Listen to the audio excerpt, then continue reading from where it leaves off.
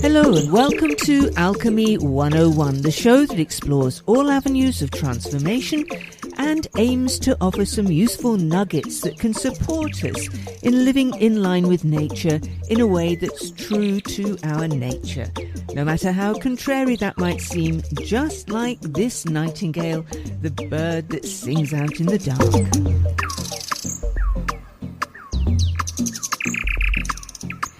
I'm JJ, the Practical Alchemist, and I am delighted as ever that you've joined me today. Now, before I introduce my guest, I just want to check in with you all as we've come to the end of June, and I don't know about you, but it's been a bit of a month. June this year really has been a time of transformation, and a lot of us have started new ventures or changed the way we live in some way. There's been a huge energy shift, and that's had some of us holding on to our seats as we ride the roller coaster, and what a roller coaster it's been. The solstice that's on June 21st, saw the sun produce an X1.1 solar flare. Now that's a big one, and we would definitely have felt it here on Earth. And around the same time, the Schumann Resonance jumped to 24 times its usual base level of around 7.83 hertz. It's been spiking pretty much throughout June, but that was a big one.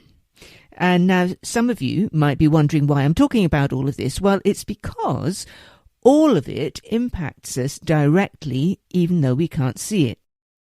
The Schumann Resonance has been called the planet's heartbeat, and it's a natural electromagnetic frequency generated by the Earth's magnetic field, and that fluctuates according to a whole bunch of conditions, including solar flares. Now, its base frequency is 7.83 hertz, and it's a frequency that's considered to be crucial in sustaining life here on Earth, and it's still being researched. But there seems to be a deep connection between the Earth's magnetic frequencies and the normal functioning of the human brain and body. Many studies suggest that 7.83 hertz positively affects our human health and well-being, with improved cognitive functions and enhanced immune function, amongst other benefits. It also reduces stress and anxiety. It promotes relaxation and better sleep. So you can see how a spike in the resonance might disrupt our equilibrium. There's even research that shows a link between solar activity and the Schumann resonance fluctuations and anxiety, depression and suicide. Now, my guest today approaches depression from a very different angle.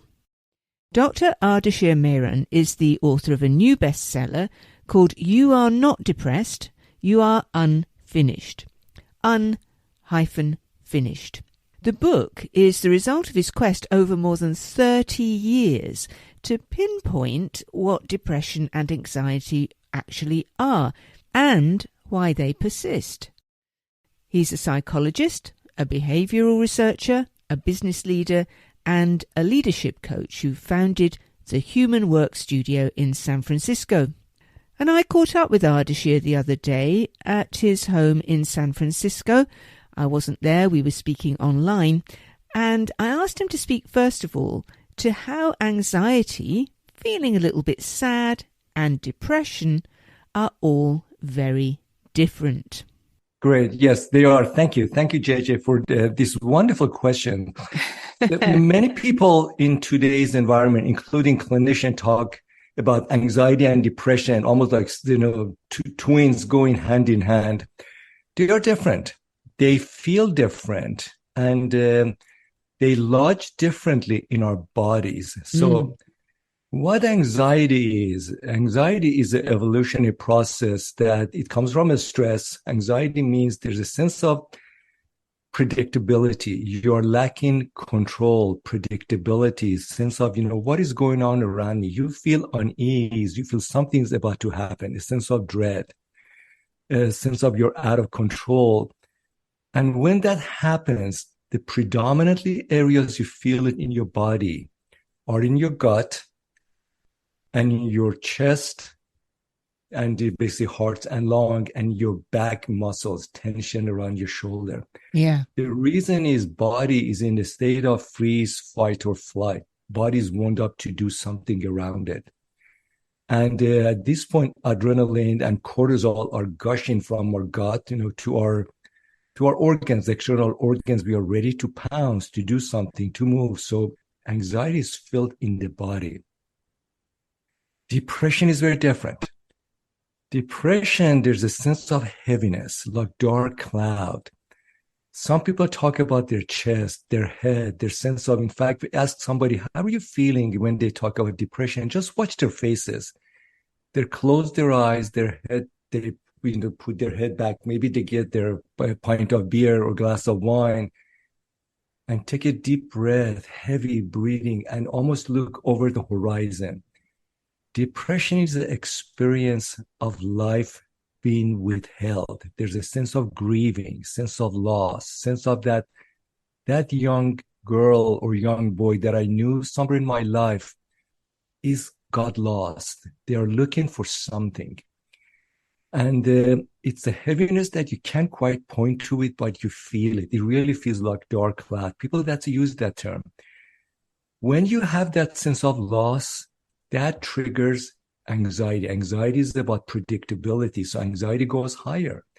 And when anxiety goes higher, that sense of I'm out of balance, something's lost, that feeds depression. So like a twin, they continuously yin and yang, they feed each other. The way you heal them, this is a part that we know from the modern science, in fact, the science of trauma research that really came into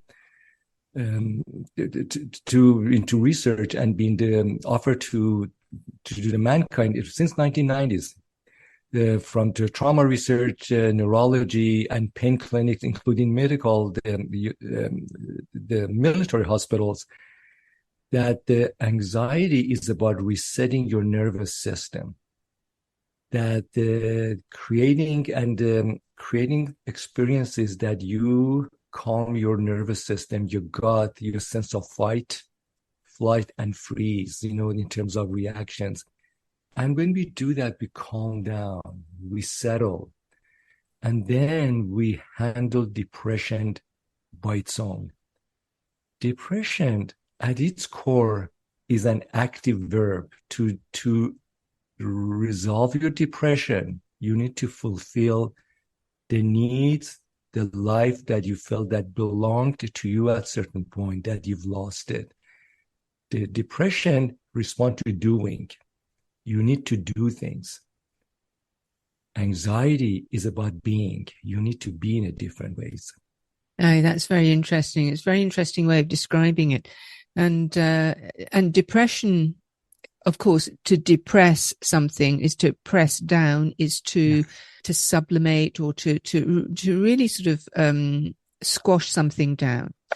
And I know that, from my own experience, I would feel really just paralyzed. Totally paralyzed, not being able to see or find a way through. And yes, and actually having that kind of, I wouldn't describe it as a dark cloud, but it's that sort of, it's almost a sort of a tangible thing that you feel just completely clogged up and squished down and unable to, not free. The opposite of free. The opposite of right. Able. Yeah, absolutely. That's lovely, and that's why we have such rich literature, poetry, paintings, music. People write about it. In fact, a lot of people talk about Vincent van Gogh's painting, that there's an element of melancholy, that you see that there's a sadness, the Starry Night. When you see that, it's beautiful, but there's an element, there's something there. So that sense of inner expression of depression has been with us through artistic expressions for centuries.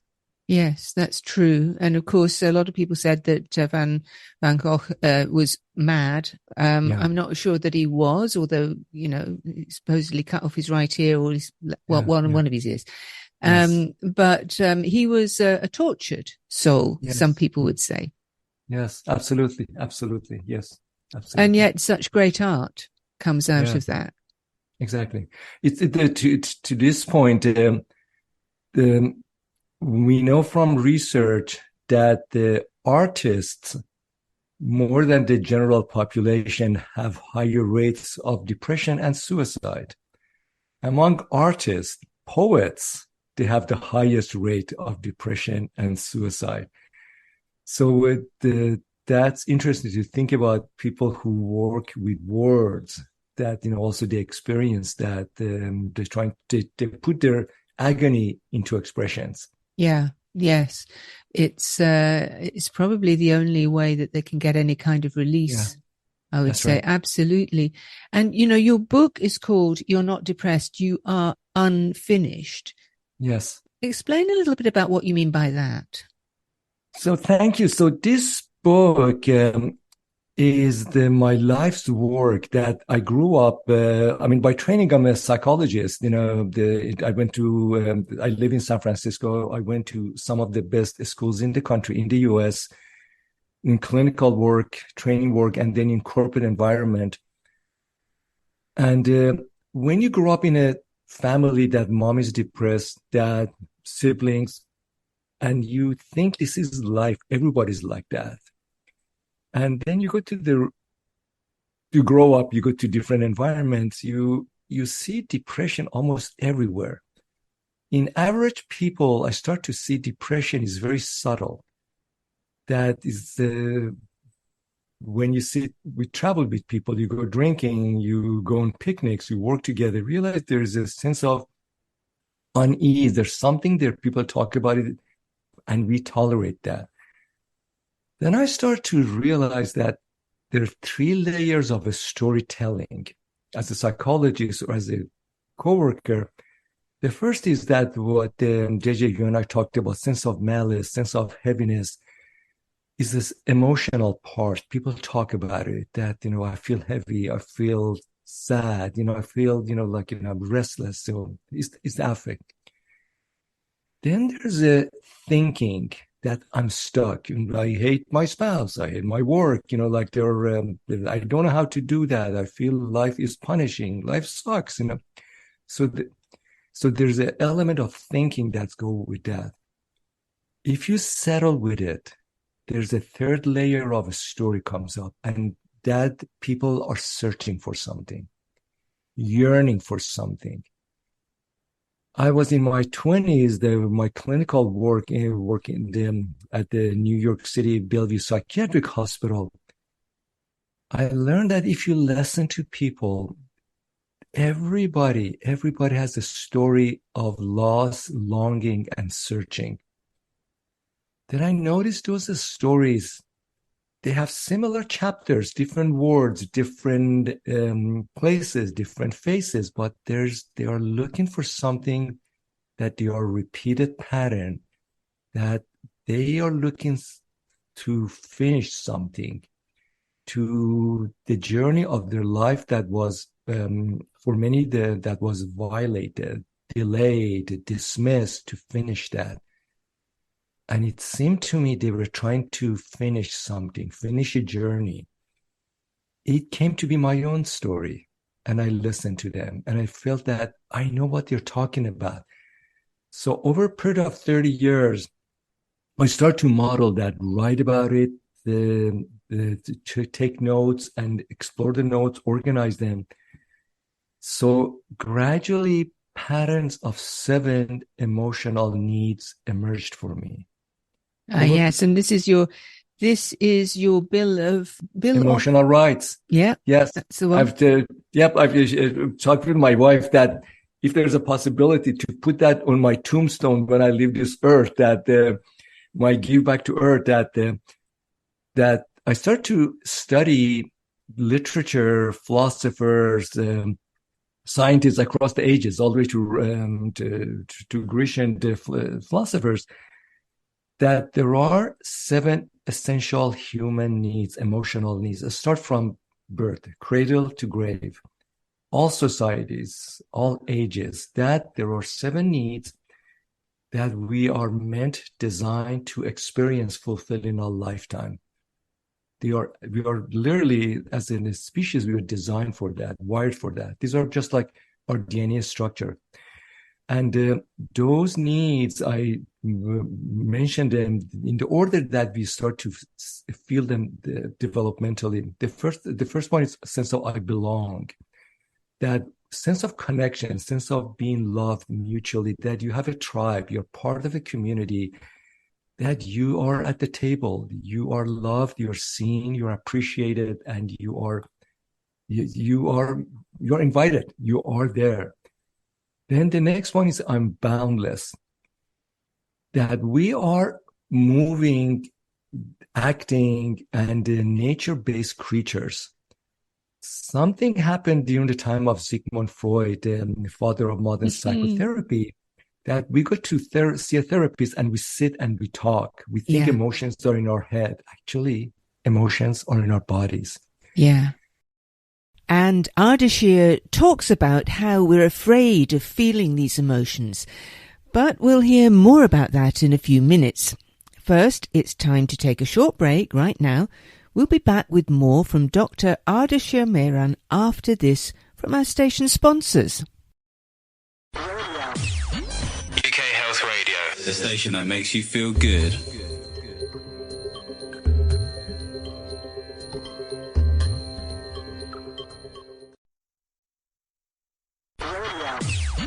UK Health Radio, the station that makes you feel good.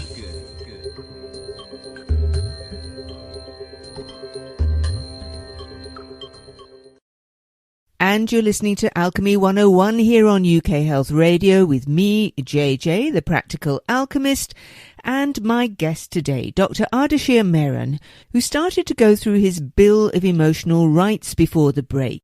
He was making the point that we're scared of feeling our emotions, and here's what he had to say on that. That's right. Because we've been taught by psychologists to use words to describe your emotions. Many emotions, we don't have words for them because we feel them in our bodies. When our stomach is tight at that. So I'm boundless is about how do you experience and express your feelings with your entire body embodiment. Next one is a sense of I am complete. Many of us, including me, that we go through life fighting yesterday's battle. My mom, my dad, bad marriage, bad boss, the past. What we know from the modern psychotherapy and neurology, there's no such thing as past. Our neurology perpetually lives in the moment. Our brain remembers that.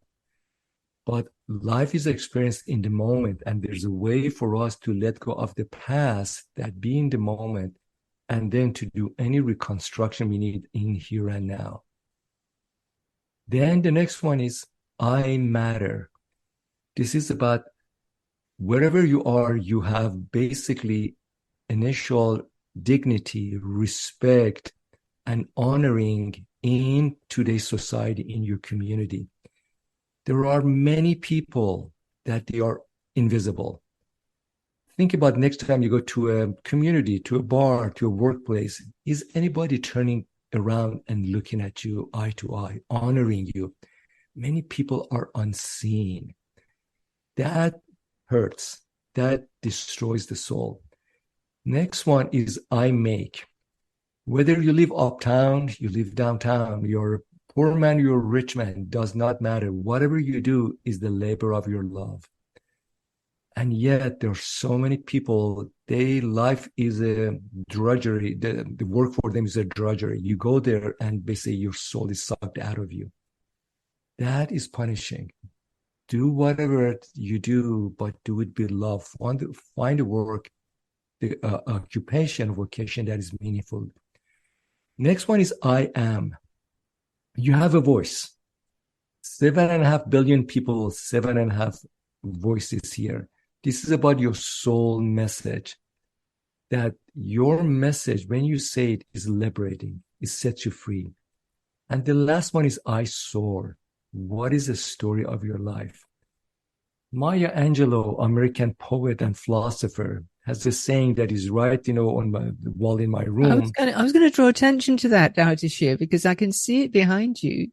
Tell us about it. Yeah. Yes. And it's really moving for me, and I love for your audience to hear it. It goes that there is no greater agony than bearing an untold story inside you. Mm. We all have a story. Do you know it? Are you sharing that? Once you tell your story, you are free. That the story will guide you. These 7 needs, when we are depressed, one or several of those have been violated, held back, or we haven't been taught that you have these rights. These are literally your rights. Nobody gave them to you. You were born with them.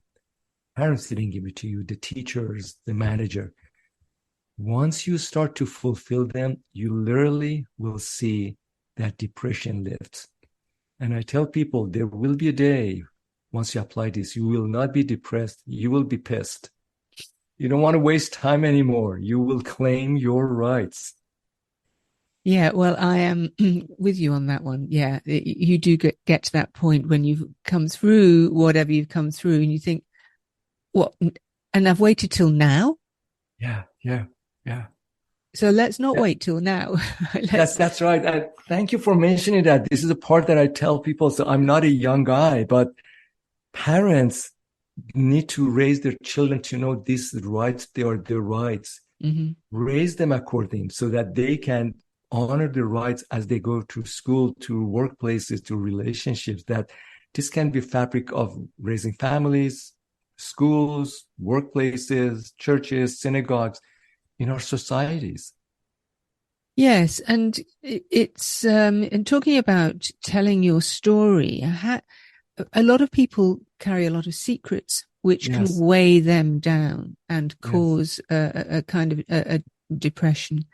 So, and I always say that secrets are toxic because they lodge within you, they eat away at you, almost literally.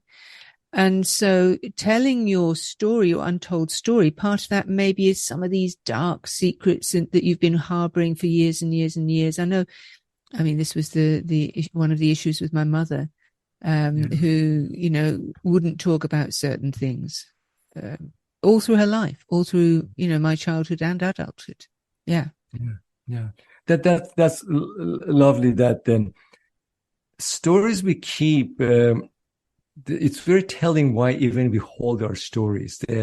We know from one of the pioneers in field of somatic and body-based therapy, Peter Levine, which I was trained by his methodology, said that for us to truly heal, we need to tell our stories, and our stories need to be heard by a witness. Mm-hmm. The reason that mental illness happens is that there are emotions we feel and there's nobody to notice it, nobody to listen to us. Mental illness, depression, and anxiety creates a sense of isolation. And we all hold on to stories because there's nobody to listen to. The best thing we can do for a friend, for a coworker, is listen to their stories. We don't even need to understand it. A lot of time we don't. And we don't need to provide our judgment or our recommendation or give them solutions. People don't need that. People need to be heard. Let them tell our stories, because by doing that, their anxiety goes down, their bodies calm down, and they hear themselves. Telling a story is a powerful healing. That's the reason we go and through therapy, somebody to listen to us. And that's the best gift we can bring to our loved ones. Yes, but then it's not always just down to being able to tell our story. I mean, sometimes there are maybe chemical imbalances, but also I would say energetic issues that might impact a person. A lot of people who have depression as well are treated with chemicals, pharmaceuticals, but that doesn't really, I mean, it might make you feel a little bit better temporarily, but it doesn't address the issues, does it? Thank you. This is a very important and delicate topic. So, chemical treatment basically adjusts the hormonal, like dopamine, serotonin, the cortisol, adrenaline in our bodies. It's based upon an assumption which is predominant in psychiatry that mental illness, depression, is a mood disorder. Basically, it's in your mood, is your affect. If you adjust your affect, you feel better. You will. The problem is that for people who are taking medicine, it can take decades. And I have clients who've been since teenage years, and they're like early 40s, they've been taking medication and they are petrified to come off of it. The fact is the whole notion of that brain and body and emotions adjust, the neuroplasticity, that once you start to operate different ways, feel different ways, your chemical the level in your body also adjusts itself. What we also know from research, meta-analysis, that the medication across multiple countries, large-scale studies, that at best they are 50% effective. A lot of time is placebo effect. And then it creates sense of dependency. The doses need to go higher and higher. So medication by itself do not heal. They just basically help you maintain the mood imbalance. But true healing, it comes about when you start to actually live a different life that is more balanced and more fulfilled, and your chemical structure also start to be adjusted. Yeah. So yes, the chemical issues, I mean, everything depends on everything else. I mean, we are not, we're not entities made up of different parts that function in isolation. Yes, so, yes. obviously. So, it takes for us to, change how we're living often, but also, I think people who are suffering from depression, as you kind of referenced, need the help and validation of another person to enable them to start moving through it.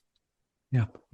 Exactly. Because what is interesting, we know from research, and I highlight that in my book, mental illness at its core is caused and creates a sense of isolation, disconnection. That you could be in a room full of people when you're dealing with stress and anxiety, bipolar, ADHD, attention deficit disorder, and you feel isolated. Mental illness is caused by isolation that we feel in our childhood growing up, and then create a sense of isolation, disconnection from others. To reverse mental illness, we need to change the equation of disconnection. Those 7 needs that I talked about, when we are disconnected to them, sense of belonging, to our bodies, to nature, to true being valued. Once we create from disconnection to connection, we get adjusted, we get balanced again, we get hopeful. So that disconnection, that's what needs to be fixed. That's what needs to do. And that is under our control for us to do that. It's not in our head. It's in the types of a life we live. I love the acknowledgement there that it's not all in your head. To me, depression is very much felt in the body. Well, we'll have more from Dr Ardeshir Mehran on that in a moment, right after this from our station sponsors. UK Health Radio, the station that makes you feel good.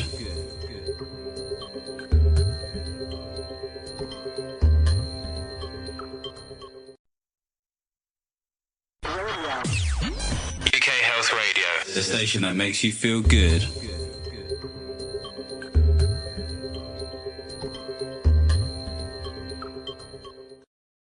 And you're listening to Alchemy 101 here on UK Health Radio, the world's #1 talk health radio station.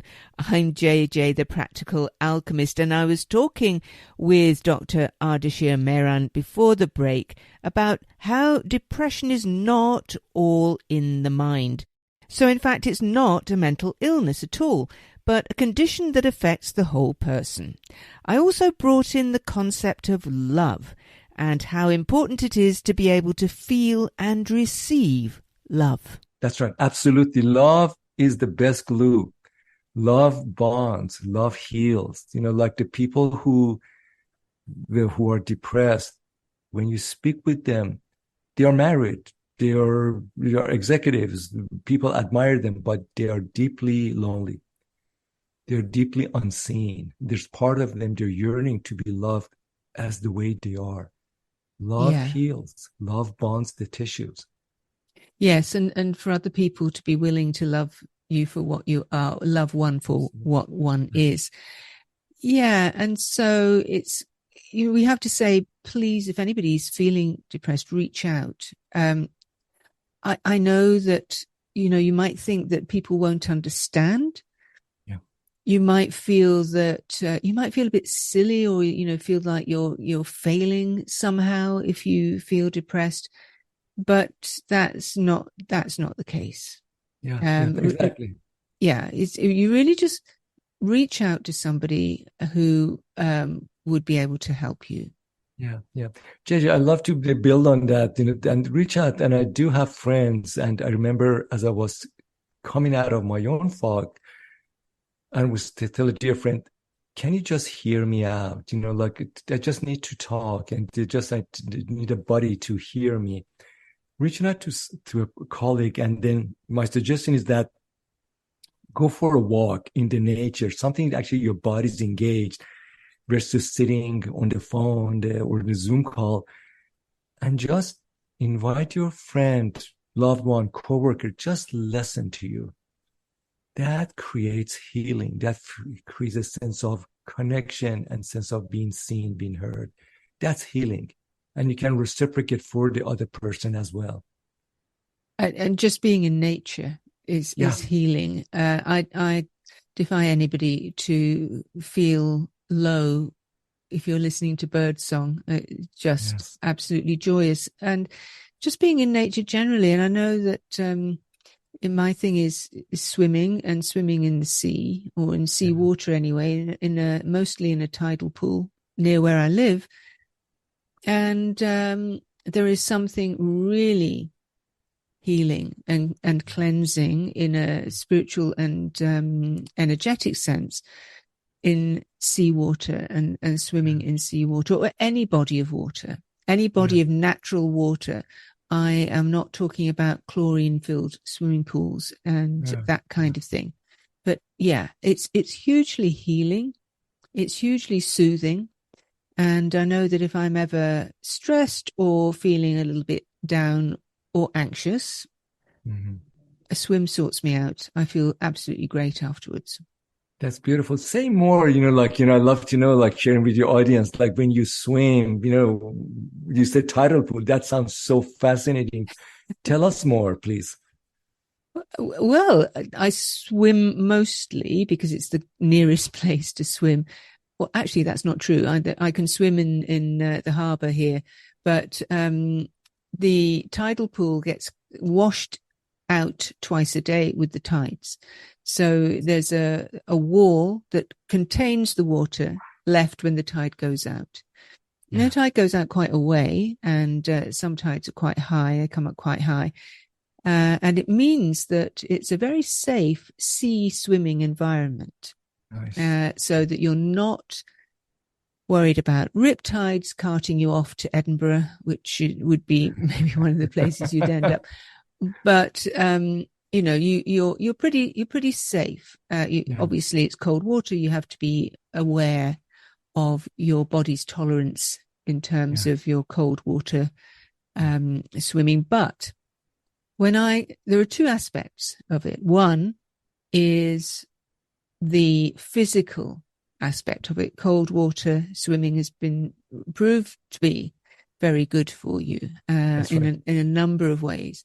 The secondly, it's that connection with water. Yeah. It's that connection with what has given us life. Yeah. And is a huge carrier of energy and information. It's just, teeming with life and absolutely gorgeous. What I do is I just allow myself to release everything into the water and it just gets floated away. Yeah. That's beautiful. Yeah. But there's another aspect to it. And that's I would say, the community aspect. And much of the time I swim with friends. I swim with people in the community. And that's a great point of connection. And we're all doing something that we love. We're all doing the same thing. Doesn't matter who you are or where you're from. Doesn't matter what your background is. We don't care. Yeah. We go down, we swim, we enjoy each other's company. We have a good chat. We find out what's going on with everybody. And then we leave for the day and regroup another day. So there's that community connection, which is hugely important. And when you're talking about depression, I think a lot of people who are depressed feel cut off from their community. And there's no way that we can feel depressed when we're having a laugh and a joke. As we're getting changed to get into the water or when we've got out. And then we sit and have a cup of tea. That's right. That's right.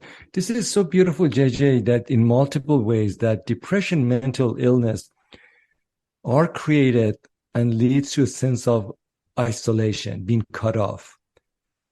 The healing, as much as meeting with a therapist behind closed door on Zoom and exploring your emotion, as much as those are helpful, experientially, they don't make a difference. No. You need to literally create connection with nature, cold water, going to hiking, hug the trees, see flowers, see the birds, be part of the bigger the tapestry of life, be with friends, do rituals together. You feel connected. Nobody heals on their own because we are connected beings. We need to be in the tribe. Yeah, beautifully put. Beautifully put, Ardeshir. And so you've got this book out, You're Not Depressed, You Are Unfinished. Use feelings of depression and anxiety to fuel a soaring life, using the word soar there, as in I soar, as one of your human rights. So if that's available now, isn't it? That's, on Amazon. Actually, it's been selling already through the US, in England, Germany, Switzerland, I know in Asia and also Canada. So it's available on Amazon, both in paperback and also on ebook. Fantastic. And it became a bestseller when you launched it, didn't it? It did when it came out. And which people wrote me throughout the world. And some of them are actually on my book reviews. People said that there's one professional woman wrote, said that the night before I saw your book, I was praying for death. But after I saw your book, I'm praying for healing, and I found a way to come out of that. So if you're struggling with depression and anxiety and mental illness, that actually this is your invitation to live a better, fuller life. It's part of you. It's not in your brain. It's not in your chemical. It's about the life that you have that is being dormant. Go be you, find you, and live a life that you are meant to live. And your depression, anxiety, actually they dissolve, go away. I love that. Absolutely beautiful. Thank you, Ardeshir. And if anybody wants to get in touch with you, they can do through your website, can't they? That's correct. Yes, my website is there, which is my business name is Human Work Studio, www.humanworkstudio.com, one word. And my information is also in my book. And if you do search Ardeshir Mehran, you will find me on the web. Fantastic. Thank you so much for coming and talking to me today about depression. And thank you for all your work. Thank you, JJ, and the best of everything to you and to your listeners. Feel great again. Thank you, we will. An Australian sustainability professor, Glenn Albrecht, even came up with a word for a particular malaise or illness caused by disconnection to nature. His term for it is psychoterratic, a new word for an old problem there. And of course, forest bathing has become a thing now. In Japan, where the practice of Shinrin-yoku started, they've been able to quantify the healing effects of trees as we benefit from the phytoncides, oils essentially, that they release while we're walking or resting among them. Talking of essential oils, I see that there's been a sudden surge in the popularity of rosemary essential oil. That's down, apparently, to influencers on social media raving about how good it is for your hair, and it is. But did you know that rosemary can also help eliminate negative moods? And wouldn't it be great if all the people using it for their hair found their moods improve into the bargain? Now, if you're thinking about doing some forest bathing, here's something I recorded a while back to put you in the mood.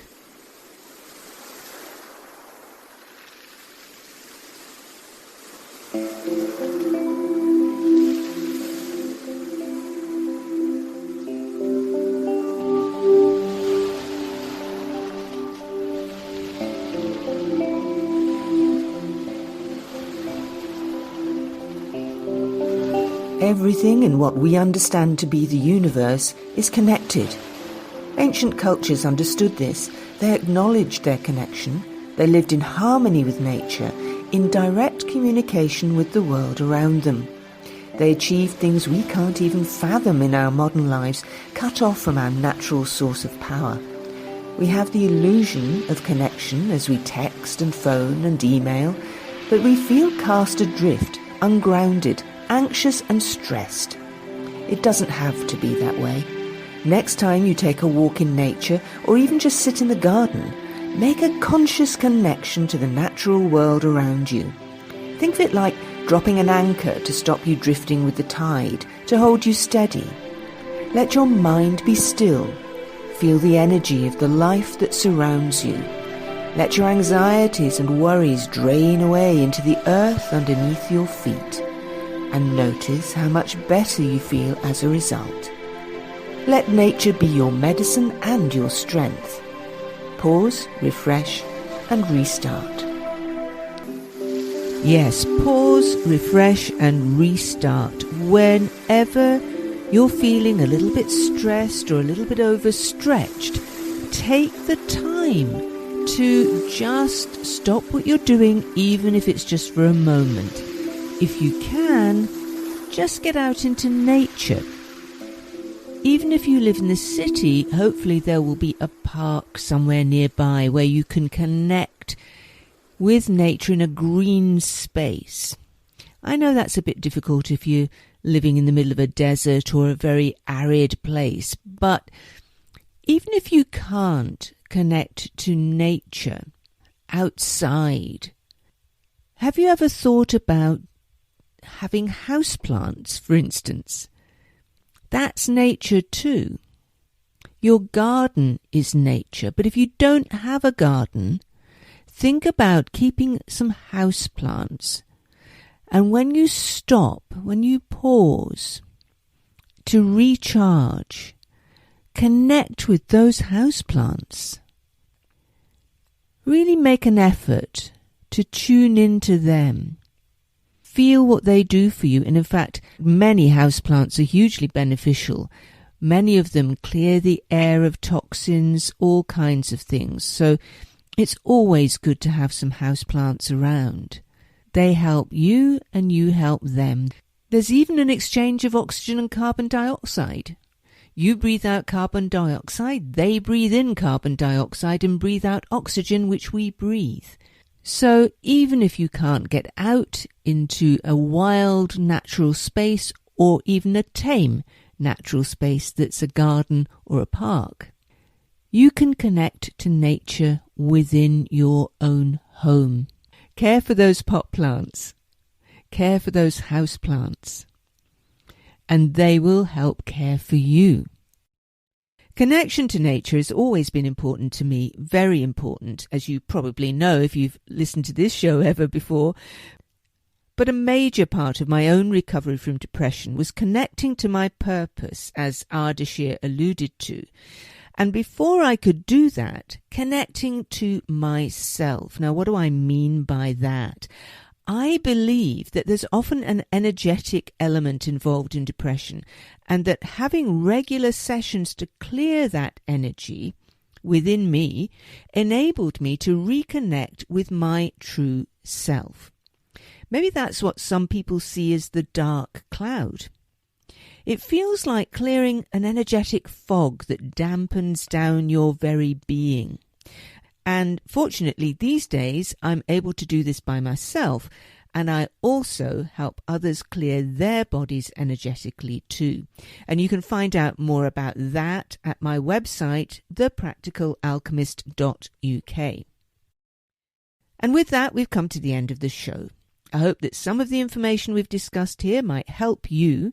Remember that you can listen to all of our shows on all the main podcast platforms these days. If you like what you hear, or if they've helped you, do help us spread the word by sharing them. You never know, it might just be what someone you know needs to hear. Also, check out the show I co-host with psychiatrist and coach Dr Mark Goulston here on UK Health Radio.